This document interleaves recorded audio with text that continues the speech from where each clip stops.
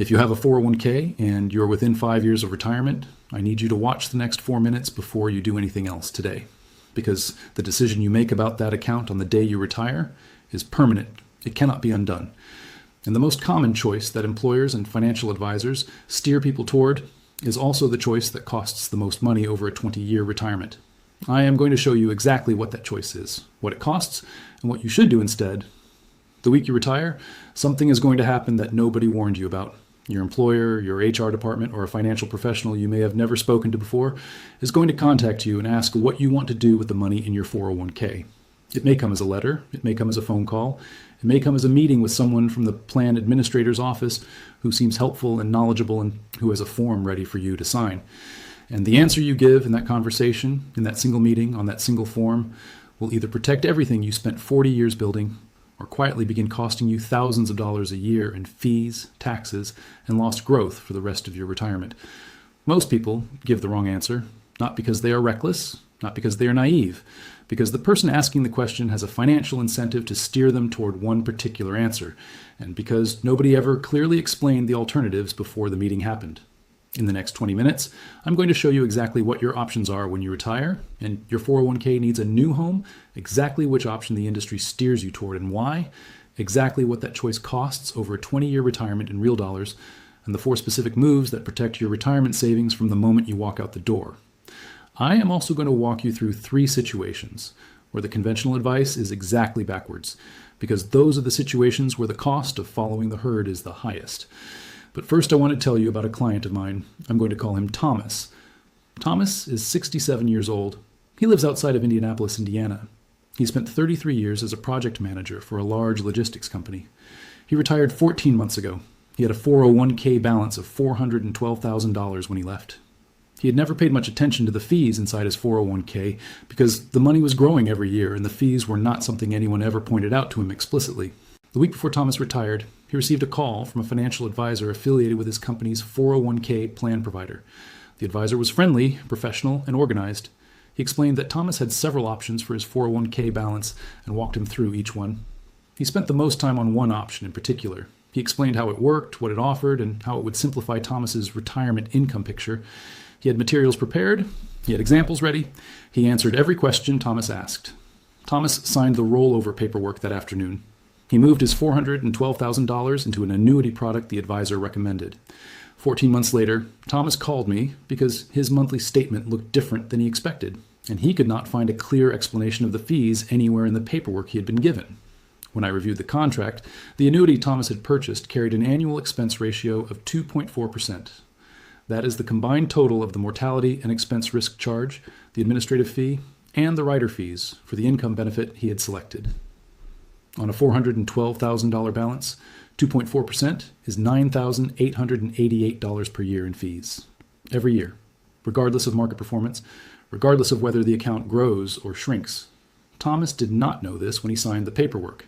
The advisor had mentioned fees. He had mentioned them in the way that financial product fees are typically mentioned, which is quickly, with reassurances about the value they provide, without a dollar figure that made the annual cost concrete. Thomas had been paying nearly $10,000 a year in fees for 14 months before he called me. He had paid approximately $13,800 in fees since he signed the rollover papers. He had not received $10,000 a year in services. He had received account statements and a phone number to call if he had questions. The annuity had a surrender charge period of 7 years, which meant that if Thomas wanted to move the money now, he would pay a surrender charge on the amount withdrawn. In year 2 of a 7-year surrender period, that charge was 6%. On $400,000, 6% is $24,000 to get out of a product he did not fully understand when he got in. Thomas did nothing wrong. He spoke to a professional. He asked questions. He signed paperwork. He simply did not know that the professional he spoke to was paid a commission to sell him the product he signed up for, that the commission was approximately 8 to 10% of the amount rolled in, and that the ongoing fees were structured to be difficult to find unless you knew specifically what to look for. My name is Marcus Steele. I am an enrolled agent licensed by the federal government to represent taxpayers directly in front of the Internal Revenue Service. I work with retirees on tax strategy, retirement income planning, and the kind of financial product decisions that produce consequences for decades.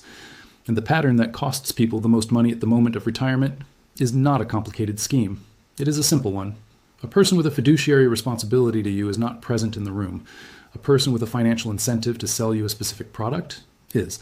And in that gap, in that single meeting in the week you retire, decisions get made that cannot easily be undone. Let me walk you through all of your options when you leave a job with a 401k balance, because most people have never had them explained clearly all at once. Option 1 is to leave the money in your former employer's 401k plan. Most plans allow you to do this if your balance is above a minimum threshold, typically $5,000. The money stays where it is. The investment options stay the same. The fee structure stays the same. This option requires no forms, no decisions, and no advisors. For some retirees with access to low-cost institutional investment options inside their former employer's plan, this is actually the best choice. For others, the plan's investment options are limited and expensive, and leaving the money there is a mistake. Option 2 is to roll the money into an individual retirement account, commonly called an IRA rollover. This is the option that gives you the most flexibility. You choose the IRA custodian. You choose the investment options. You're not limited to what your former employer's plan offers. At custodians like Fidelity, Vanguard, and Schwab, you can access index funds with expense ratios as low as 3 to 0.05% annually. On $400,000, that is $120 to $200 per year in investment fees. Compare that to Thomas's 2.4%, which was nearly $10,000 per year. The gap is not small. Over 20 years, that gap compounds into a number that changes a retirement. Option 3 is to roll the money into an annuity, which is what Thomas did. An annuity is a contract with an insurance company that provides a guaranteed income stream or other benefits in exchange for your lump sum. Annuities are not inherently bad products. For a specific retiree in a specific situation, an annuity can be exactly the right tool. The problem is not annuities. The problem is the context in which they are most commonly sold, which is to retirees in the week they retire who are emotionally vulnerable, who have not been given a clear fee disclosure in dollar terms, and who are being guided by an advisor whose compensation depends on the sale happening. Option 4 is to take a lump sum distribution. The entire balance comes to you as cash. You pay ordinary income tax on the full amount in the year you receive it. On $400,000, that tax bill at a 22% federal rate is $88,000, plus state income tax in most states. This option is almost never the right choice for a retiree with a large 401k balance. I mention it because it is an option that exists and that some retirees choose without understanding the tax consequence until April of the following year. Option 5, available if you are still working in any capacity, is to roll the 401k from your former employer into your current employer's plan if the new plan accepts incoming rollovers. This is a niche situation, but worth knowing. Now let me be specific about which option makes sense for which kind of retiree, because this is the part that most financial content glosses over. If your former employer's 401k plan has access to low-cost index funds with expense ratios below 0.2%, and if you do not need the investment flexibility that an IRA provides, staying in the plan is a reasonable choice. This applies most often to retirees from large companies with well-managed plans. Federal employees with access to the Thrift Savings Plan are the clearest example. The TSP's institutional funds have some of the lowest expense ratios available to any investor in the country. Rolling that money out to pursue options elsewhere is often a mistake. If your former employer's plan has limited investment options, high expense ratios, or if you want the flexibility to manage your withdrawals in a tax-optimized way during retirement, rolling to an IRA at a low-cost custodian is almost always the right move. The rollover is tax-free when done correctly. The money moves directly from the 401k to the IRA without passing through your hands. No taxes withheld, no income is recognized, the same money in a better wrapper with lower fees. If you have a genuine need for guaranteed lifetime income that neither Social Security nor a pension provides, and if you have done the math on the fee structure and understand exactly what you are paying in dollar terms, not percentage terms, a portion of your retirement savings in an annuity can be appropriate. The key word is portion. Locking 100% of a $400,000 401k into a single annuity product in a single meeting with a single advisor who is paid a commission on the transaction is a different decision than allocating a specific portion of a diversified retirement income plan to a guaranteed income product after comparing multiple options from multiple providers. Now let me give you the 4 specific moves that protect you at the moment of retirement. Move number 1 is to not make the 401k decision the week you retire. The rollover decision is permanent in the sense that unwinding it is expensive and sometimes impossible. The annuity surrender charge that trapped Thomas in a product he did not fully understand is not unusual. 7-year surrender periods with charges starting at 7 or 8% and declining 1 percentage point per year are standard in many variable and indexed annuity products. Making a permanent decision in a week when you are emotionally processing the end of a 30-year career, when a prepared advisor with pre-printed materials is sitting across from you, is not the ideal condition for the most important financial decision of your retirement. If your employer's plan allows it, request a 90-day extension before making the rollover decision. Use that time to compare custodians, understand fee structures, and if you are considering an annuity product, get a second opinion from a fee-only fiduciary advisor who is not paid a commission on what you decide. Move number 2 is to get the fee disclosure in dollars, not percentages. Before you sign any rollover paperwork, ask the advisor to tell you the annual cost of the account in dollars based on your specific balance. Not 1.5%, not 2.4%, dollars. If your balance is $400,000 and the fee is 2%, that is $8,000 per year. Write that number down, then ask what you receive in exchange for $8,000 per year. The conversation that follows will tell you everything you need to know about whether the product is right for you. If the advisor cannot or will not give you the dollar figure, that is the answer. Products whose costs are discussed exclusively in percentage terms are products whose costs are designed to be difficult to feel. Move number 3 is to understand the difference between a fiduciary and a non-fiduciary advisor before the meeting happens. A fiduciary advisor is legally required to act in your best interest. A non-fiduciary advisor, which includes most broker-dealers and insurance agents who sell annuities, is held to a lower standard called suitability. Suitability means the product has to be appropriate for your situation. It does not mean it has to be the best option for your situation. The distinction sounds technical. The financial consequences are concrete. The advisor who sold Thomas his annuity was not a fiduciary. He was a licensed insurance professional operating under a suitability standard. The product he sold Thomas was suitable. It was not the best option for Thomas's situation. Before any meeting about your 401k, ask directly, "Are you a fiduciary, and will you put that in writing?" A yes means their legal obligation is to your interest. A hesitation or a no tells you what standard governs their recommendation. Move number 4 is to roll to a low-cost IRA custodian first, then evaluate specialty products.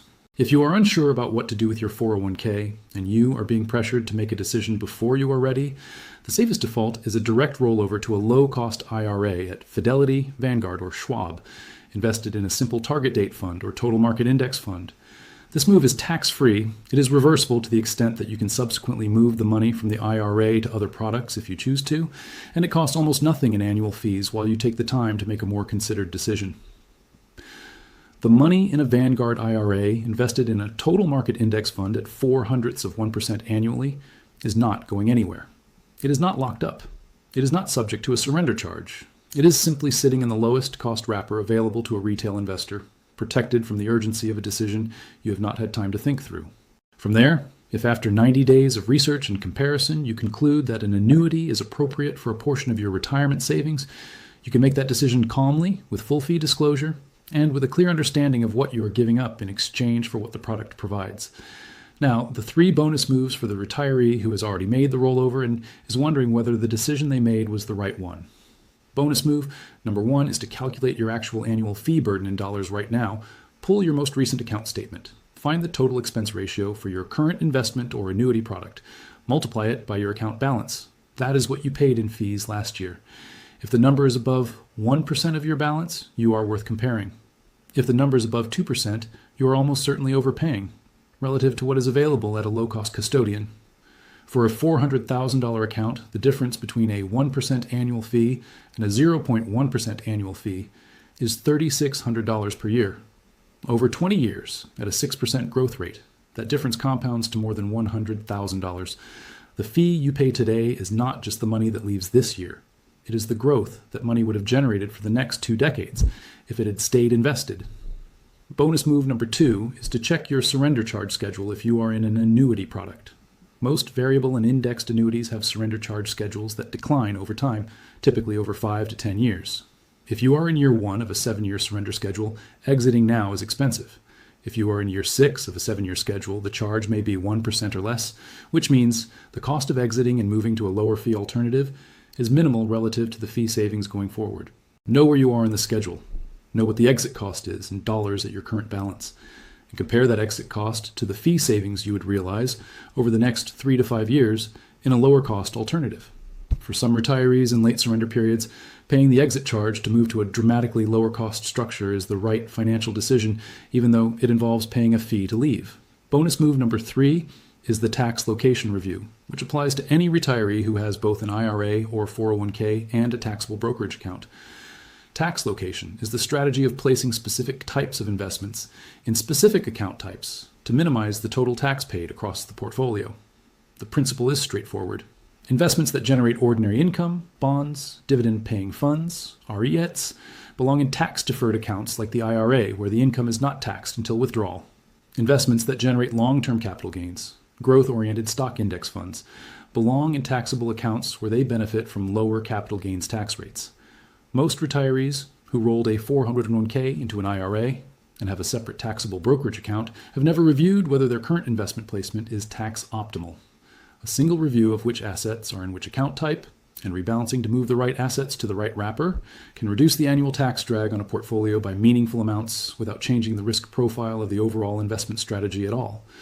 Let me bring all of this together with the one point that matters more than any specific move I described today. The week you retire, you are going to be in the most financially consequential meeting of your adult life. The decision you make about your 401k in that meeting determines the fee structure you pay for decades, the investment flexibility you have or do not have, and in some cases, the liquidity you retain or surrender for the next 7 years. That decision deserves more preparation than a phone call from a plan administrator's representative and a form with a signature line at the bottom. The preparation is not complicated. Know the 4 options before the meeting.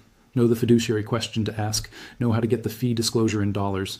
And know that the default choice, the one the prepared advisor with the pre-printed materials is steering you toward, may be entirely appropriate for you, or it may be the most expensive decision you ever make. The only way to know which is to go into the meeting with the questions already prepared.